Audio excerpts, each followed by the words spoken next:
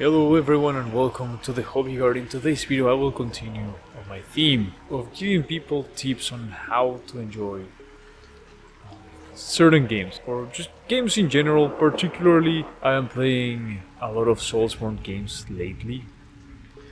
But I want to talk about why I no longer play games to beat them. When I was younger, I would buy a game pretty much to beat it, right? That was where I would find the fun. Now I'm old, I'm busy, I'm tired, I come home late, and I still have a bunch of chores to do, responsibilities, and I don't get so much time to myself, to just play my games. Before I would have hours and hours to get invested, to get immersed into the world of a game. Now I only have a few minutes. So if you're in a similar situation to mine, or if you've ever felt that you would... There you go, that looks so much better in black. Like, you can't enjoy games pretty much the way that you used to, then this video might be for you, because I will share with you like how I've learned to deal with the change of pace in my enjoyment of things, if that makes sense. Sometimes as we grow old, we sort of stop, I don't want to say enjoying, but we come across like obstacles to enjoy the things that we used to enjoy as much as we used to enjoy them. And that was pretty funny how I did that actually. Hit crap, buddy. Too bad. Sucks to be you. Anyways. And I certainly felt kind of depressed even for a while, like, oh man, I just don't have to enjoy it. Whoa! That was unexpected. Yeah, that's what I get. I don't have time to enjoy the things that I used to enjoy in the same way that I used to enjoy them, right? Specifically games. And again, I think part of it is me not acclimatizing to my new way of life, to my new life, to my new reality. Because I have outgrown my hobbies.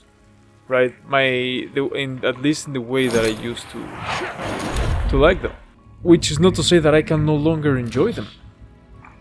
I just have to change the way I enjoy them because I myself have changed. I replayed, for example, Dark Souls 3, which is a game that I've played many times, but I hadn't played it in quite a long time before this last run, maybe 8 years or so, and my enjoyment of that game changed quite a bit since the last time that I played it. Because, first of all, it took me... What the hell was that? Whoa. It took me months to finish playing that game, first of all.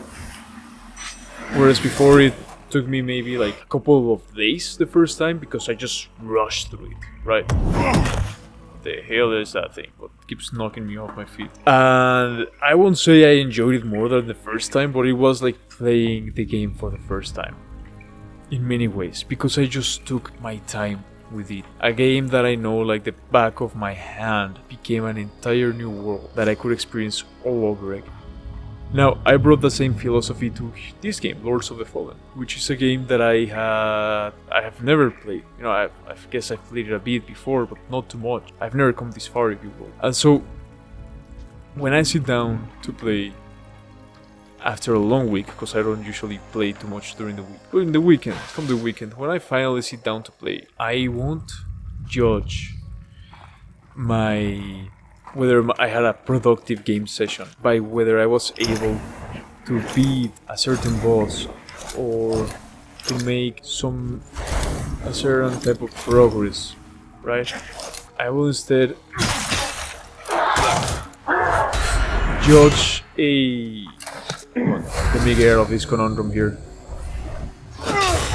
Judge a game session by how immersed I got. How coherent the session felt to me in terms of where I'm at mentally, and if I come home tired and I turn on my console or my PC or whatever, I have an expectation of, okay, what do I want to feel? What do I want to do? I don't know what's going to happen, because you don't know what's going to happen in video games, especially when you're playing them for the first time. But I have an expectation of what sort of experience do I want to evoke right now to wind down, you know, to end my week, to begin my weekend, or to end my day, or whatever it is. Is it a dungeon crawling experience? Is it a like a fast-paced boss run, or run to the boss, or whatever game mode you have available in your games? Is it just like trying out new outfits for my character? Like, what do you want to get out of the game? Because you have to understand, at some point you are like, the game is there in service to you, to be played by you, to be experienced by you, and whatever. But at some point you become responsible for your experience with the game, if that makes sense. Not 100%, but let's say a good 30%, maybe even a good 50%. So, for example, if I had come to this game right now just to like push forward and just keep pushing, keep advancing, I have to stop playing like 15 minutes ago, okay? I have to go up there and do the dishes. So if I had come here with that expectation, I would go upstairs to do the dishes feeling completely defeated. Like I achieved nothing, like I wasted my time, I wasted my Sunday night, because today is Sunday night. I wasted that last bit of freedom to have fun that I had during the weekend. But I came here with the expectation to just empty my mind and walk through these halls, through these mines, through these levels with a complete, like, no expectations, basically, just a complete immersion of seeing, like, okay, what is my character going through right now, you know? Like, what will, basically just narrative play, just role. How will my berserker that I am role playing, my barbarian, feel going through these halls? What decisions would he make? And asking myself those questions just makes the gaming experience so much more rewarding. Let me give you another example. Not to sound too much like a filthy theater kid, but you know, I'm in a mine, right? I can see the minerals of the rock, of the walls here. All those little glows. It might just be that my PC is melting, but perhaps it's like the minerals and salt in the rocks. It's reflecting the light, the torchlight. What would my berserker be smelling right now? How would he feel by the warmth of this torch? All those little questions, boom, just drag me into the world. And when a game is so well detailed and so well thought of, and like it has depth and love from their creators, such as this one or any Souls game or many other types of games, then that becomes an interactive experience that goes beyond, oh, was I able to click the button fast enough? Was my reaction fast enough? Was my strategy good enough? And it becomes a fully immersive narrative experience, better than using a VR set, because I don't need a VR set, because I'm already in here, in this world. I am telling myself stories. I am lost in the game, in the world, in my roleplay. I am in my own world, and so I will go upstairs to clean that mountain of dishes, to wash that mountain of dishes, not feeling, damn, I wasted my time because I didn't even get to a new vestige or whatever, a new bonfire, a new site of grace. No, I'll get there thinking, damn, that was a lot of fun. I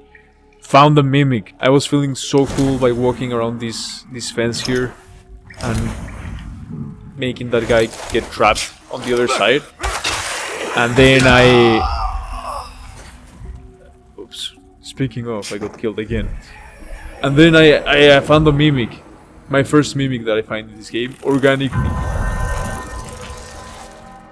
And like, how fun was that, you know? And I'll be thinking, because I won't play during the week. I will be thinking for 5 days, man, I can't wait for Friday to come around.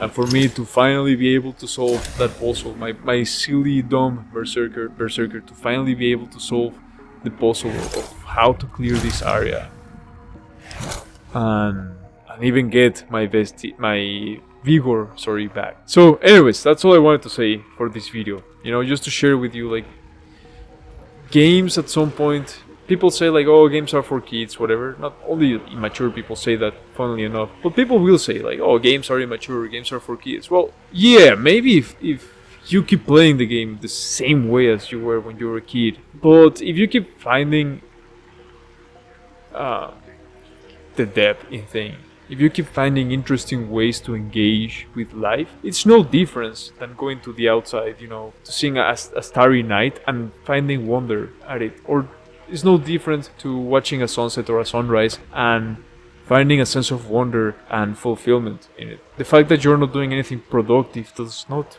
mean that you're wasting your time, if that makes sense. So, anyways, I know I've yapped a lot of nonsense, but that's just what I do. Thanks for coming. Thanks for watching. Let me know in the comments down below if you ever do something similar or ever have done something similar to this, or if you're willing to try it. Roll, play hard, and as always, ad astra, and remember, there are no female custodies.